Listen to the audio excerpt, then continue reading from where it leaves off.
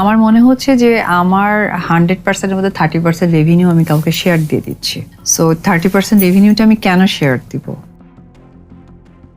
ঢালিউডের দুই চির প্রতিদ্বন্দ্বী অপু বিশ্বাস ও শবনম বুবলির মধ্যকার দ্বন্দ্ব এখন নতুন এক অর্থনৈতিক সমীকরণে এসে ঠেকেছে।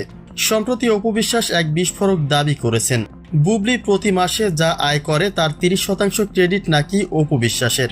শুনতে অবাক লাগলেও এর পেছনে থাকা যুক্তিটি বেশ কৌতূহলী। অপুর মতে তার নাম ব্যবহার করেই নাকি বুবলির উপার্জনের গ্রাফ ঊর্ধ্বমুখী থাকে। সম্প্রতি এক সাক্ষাৎকারে অপুর কাছে জানতে চাওয়া হয়, বুবলির সাথে তার সে চিরচেনা ফেসবুক যুদ্ধ কেন হঠাৎ কমে এলো। এমন প্রশ্নের জবাবে হাসি দিয়ে অপু হেসে বলেন, বুবলিকে উদ্দেশ্য করে আমি যদি একটি স্ট্যাটাস দেই তবে বুবলি আমাকে পাল্টা জবাব দেন, আর এতে সবচেয়ে বেশি লাভ হয় বুবলির। অপুর দাবি, তার সাথে তর্কে জড়িয়ে বুবলি একদিকে যেমন প্রচার পান, অন্যদিকে তার সোশ্যাল মিডিয়া এঙ্গেজমেন্ট বাড়ার ফলে আয়ও বেড়ে যায়। মূলত অপুর নাম নিলেই নাকি বুবলির পকেটে টাকা ঢোকে।